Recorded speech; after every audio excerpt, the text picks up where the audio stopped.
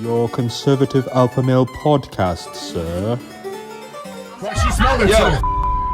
Hey, don't start it, Caribbean girl. Don't do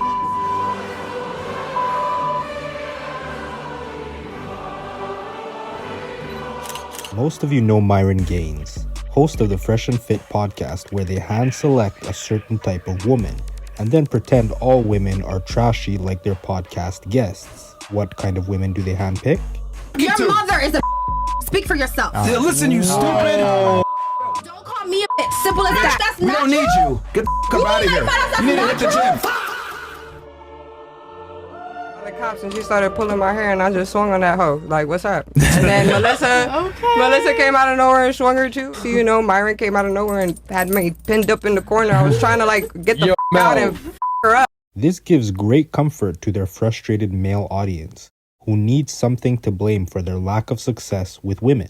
Myron presents women as trashy, unintelligent, untrustworthy, and promiscuous. His podcast presents men as capable, strong, and savvy. While of course this can be true for many men, the men who consume the Fresh and Fit content are likely not.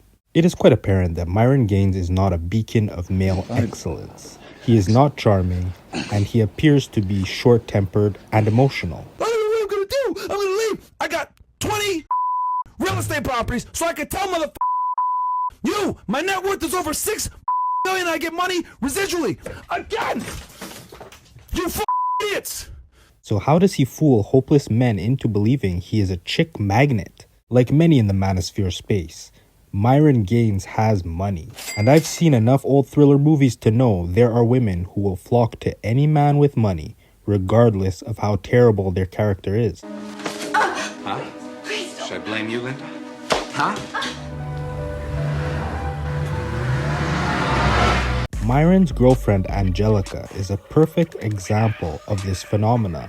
An immigrant woman from Latin America who seems like a sweet, humble, principled girl, but apparently not so sweet and not so principled, as she decided to date one of the most embarrassing and crude people known to the internet. Angelica, or Angie, a relatively private and shy woman, has recently entered the public eye due to the release of the Netflix documentary by Louis Theroux. In the documentary, Angie shows visible signs of discomfort while her boyfriend Myron is being interviewed, and there are clearly many issues on which she failed to see eye to eye with Myron. The women that he's with, he's just gonna be with them for like a night or so, whatever. But I don't think he sees me that way, because there is a reason why I've stayed so long with him.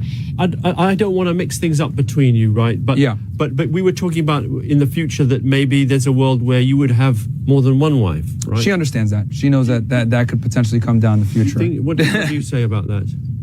I don't know. I'll see when it happens. Like, I don't know how that will work. You can always change your mind down the road. Who knows? Maybe I'll say, I only just want to be with one girl, because the two would be too tough. You've backtracked on that already?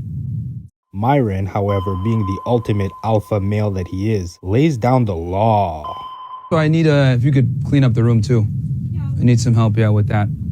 So what does this have to do with our jailed woman, Annie Rivera, or Icy?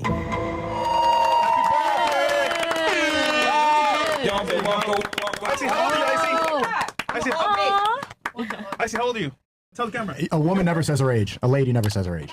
30-year-old Annie Rivera is charged with child neglect without great bodily harm. New video from social media shows the boy with his mother. CBS News Miami is not identifying the child, who is now in DCF custody.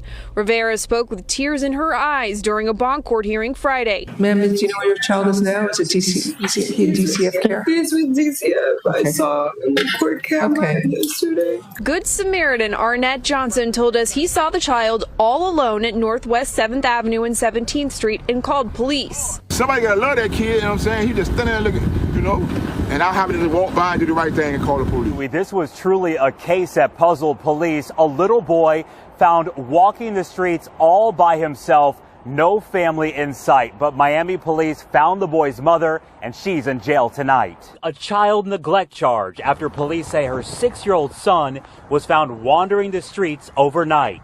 Police say a man found the boy near Northwest 7th Avenue and Northwest 17th Street around 11 Wednesday night. He was just sleeping on the street there, And when he saw this child, then did the right thing by taking the child to a nearby business and calling the police from there. A new arrest report says when police interviewed the boy, he said, quote, "Mommy dropped me off and left me." Police say the boy had limited speech, so they put out a flyer to help find his family. What I find so distressing is the boy had limited speech. At 3 years old, I successfully dialed a pizza place, gave them my address and order, all without my parents' knowledge. The only reason I was caught was because my mother used the redial function and saw the last dialed number was the pizza place. She had to call and cancel, but that pizza was in the oven. By 5 and 6 years old, a child should at least know his mother's first name and family name, and even their home address. So something is abnormal there. Nearly 12 hours after her son was found, police say Rivera told detectives she had no idea the child was gone. Right now, you got to get it together and figure out how it was inadequate supervision. There's probable cause. They're probably going to offer you some services, and it sounds like you can use them. After posting bond from jail, Icy immediately logged into her Instagram account to say this. I mean, the boy was able to say, "My mother just dropped me off," to nobody. Children don't make stories like that up. So obviously she's been given a mental assessment and she's been deemed unfit to be a caregiver for this child. But she went to Instagram and claims that this is some media psyop or the media is lying on her. I don't know what the media has to do with her child's first-hand statement of saying that he was just dropped off. I personally wouldn't trust a word coming out of this woman's mouth. I mean, you know, they say you can't judge a book by its cover, but hey, look, everyone judges books by their covers. People don't even read books anymore, so how relevant is that proverb? Oh, I'm judging the book by the cover. Any woman who is associated with a man like Myron Gaines, in my opinion, is not mentally sound. What would you do if I couldn't cook? You'd be single. Can you cook? That's irrelevant. No. Can you cook though? I mean, can you fight?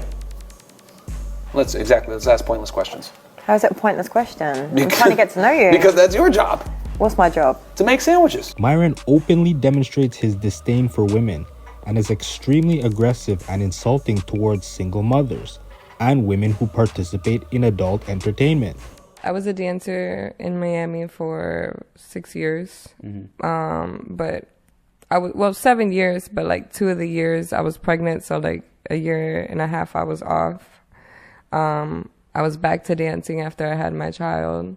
Icy is both a single mother and a former adult entertainer. So for her to work for a man who sees her as trash is a testament to her character and really shows how she will put money above her own dignity. Icy, despite her looking down on the guests from the show, guests that she personally selects, I might add, is just as ghetto, just as ratchet, if not worse. And it is clear that she simply wanted someone to look down on, to feel better about herself. Some people, rather than finding joy by improving themselves, will take the easy route and put down others. Because of this, I find it difficult to feel sorry for a character like Icy. She has now been exposed as an unhinged, unstable, and irresponsible parent. The true victim here is her son.